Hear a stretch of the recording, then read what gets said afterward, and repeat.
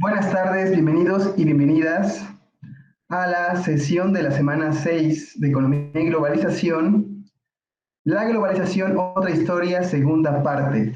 En esta ocasión vamos a revisar la globalización desde las ciencias sociales, la globalización actual desde sus antecedentes, capitalismo neoliberal, condiciones políticas neoliberales y sus repercusiones, y finalmente críticas y resistencias a la globalización capitalista.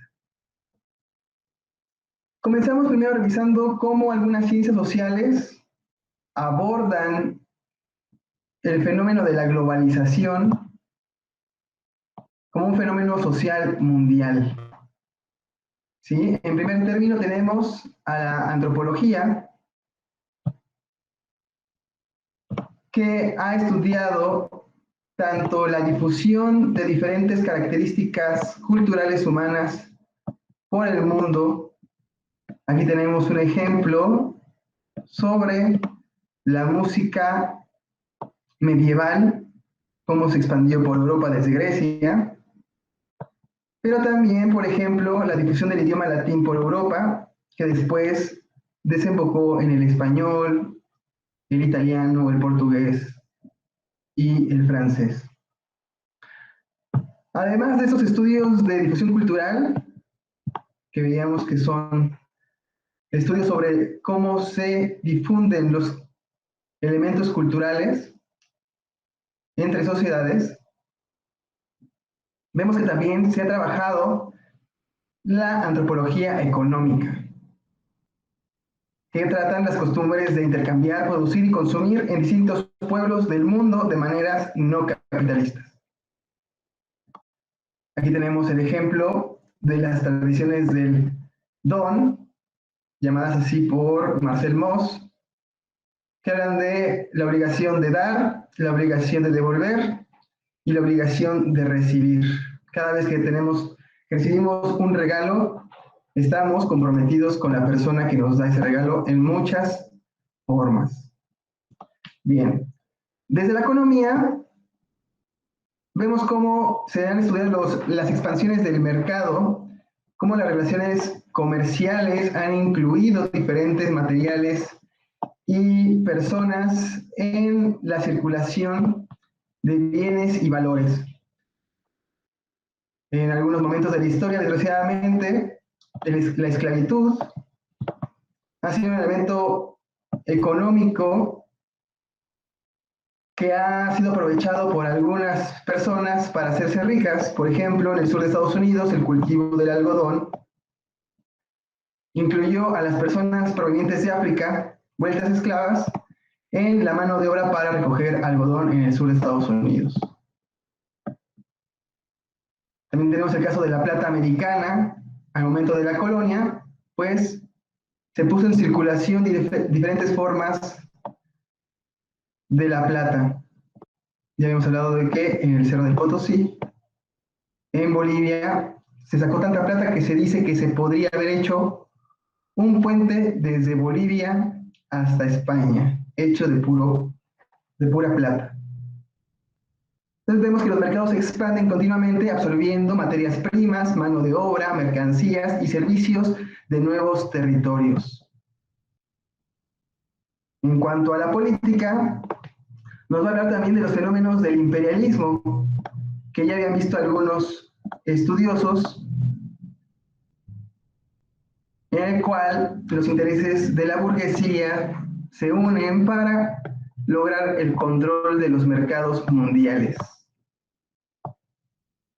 Eso de manera más moderna, pero antiguamente hemos visto imperios de muchas formas y en muchos lugares del mundo, como puede ser el Imperio Romano, el Imperio Bizantino, el Imperio Mongol, el Imperio Azteca, el Imperio Británico. Todos esos espacios en naranja son países donde ha tenido alguna influencia o control Inglaterra sobre esos países.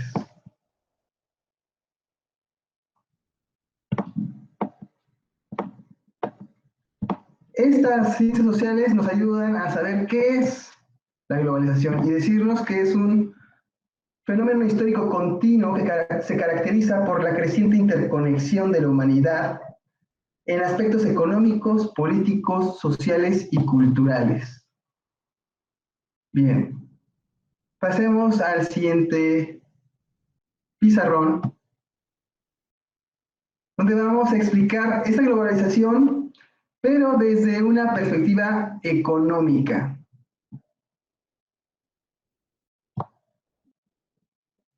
En concreto, desde esta definición. Tendencia de los mercados y de las empresas a extenderse alcanzando una dimensión mundial que sobrepasa las fronteras nacionales. Sabemos que son entonces los mercados y las empresas las que se extienden sobrepasando las fronteras nacionales. Como si estuviéramos en este mapa, podemos observar diferentes países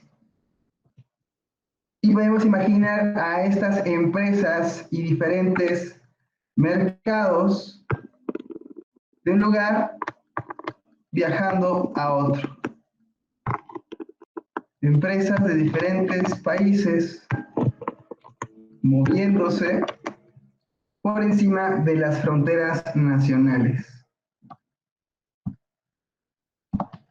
Así podemos entender desde la economía esa definición de la globalización. Por lo tanto,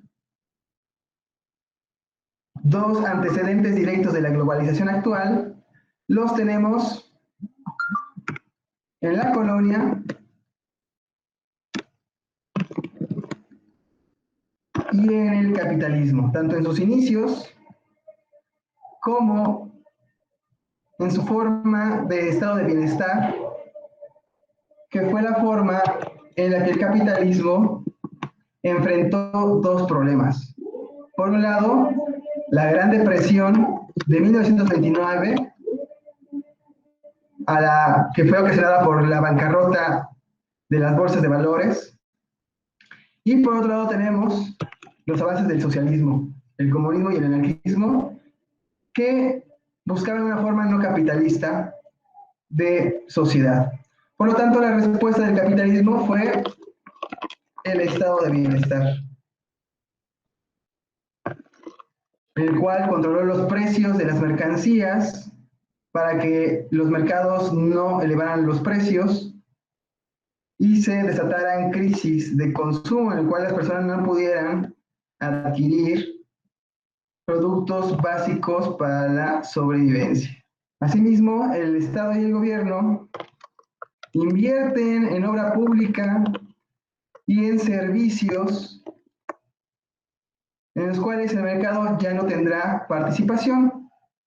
Así el agua, la educación, la salud, el drenaje, la luz, diferentes servicios necesarios comienzan a ser manejados por el Estado. Pero nos vamos a dar cuenta que, al igual como sucedió con el estado de bienestar, hubo un problemilla que hizo que el capitalismo tuviera que volver a cambiar a partir de 1970 hasta el presente. Ese problema fue la crisis del petróleo del 73, que en un momento veremos cuál fue su solución. También hubo una crítica fuerte a ese estado de bienestar que habíamos visto, es rechazado por algunos ideólogos del libre mercado, y su propuesta será la aparición del neoliberalismo, que tendrán políticas de privatización y de regularización de la entrada y salida de mercancías y empresas, así como dinero en forma de capital.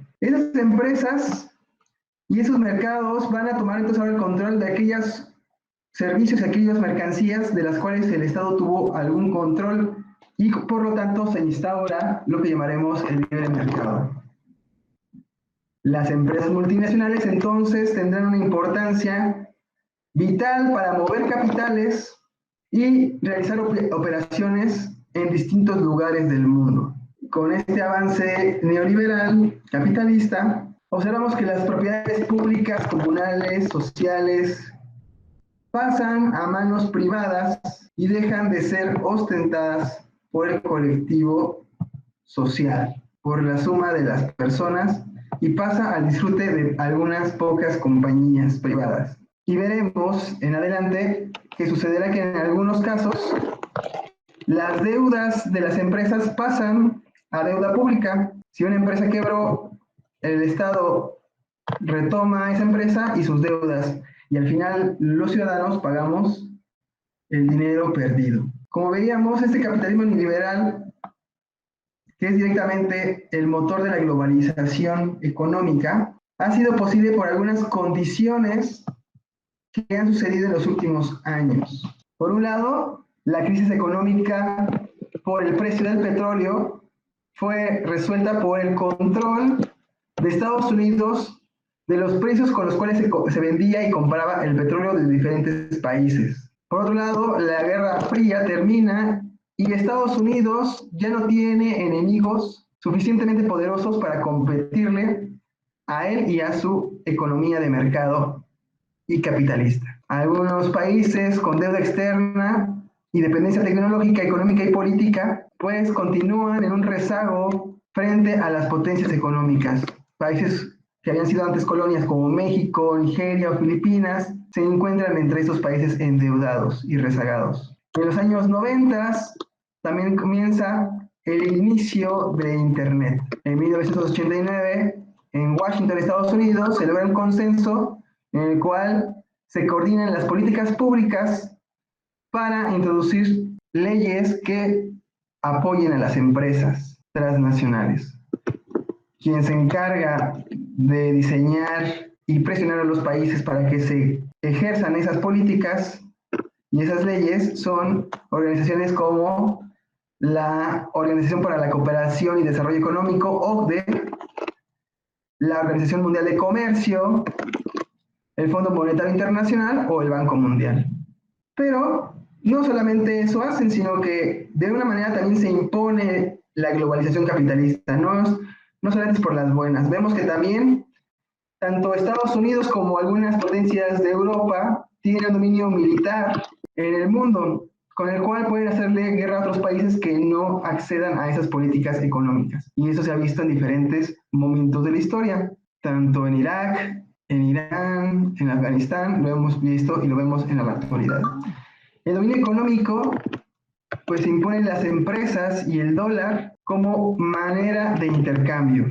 Asimismo, vemos que hay un dominio político de las posiciones que apoyan el libre mercado, por considerarlos un justo mecanismo para la distribución de riquezas. En muchos países, como en Chile, durante los años 70 se impuso una política neoliberal a través de una dictadura militar. Los militares tomaron el poder y ahí se experimentaron las primeras políticas neoliberales que después en otros países fueron impuestas de manera suave a través de partidos políticos que ellos mismos accedieron a implementar esas políticas. ¿Cuáles han sido esas políticas neoliberales que imponen la globalización? Bueno, pues tenemos por un lado la interdependencia económica, donde vemos que algunas economías locales dependen de las ganancias de las grandes empresas y con las cuales quedan a la merced, a la fortuna de esas empresas y no de su propio destino y su propio esfuerzo de esas comunidades. Puede ser que las transnacionales tengan pérdidas enormes y esas localidades, aunque sean muy trabajadoras, tengan pérdidas. Por ejemplo, tenemos varias empresas a nivel mundial que operan de esta manera, donde las ganancias de un lugar responden a las pérdidas de otros lugares. Podemos ver empresas como Nestlé o Coca-Cola que utilizan agua de manantiales de Chiapas para sus productos, pero también generan contaminación con sus plásticos. Sus productos pueden ser consumidos del otro lado del mundo, de México, lejos de aquí, pero se llevan el agua de Chiapas. Vemos cómo hay esa interrelación económica del local de Chiapas con compañías como Nestlé o Coca-Cola, ubicadas Nestlé en Suiza y Coca-Cola en Estados Unidos.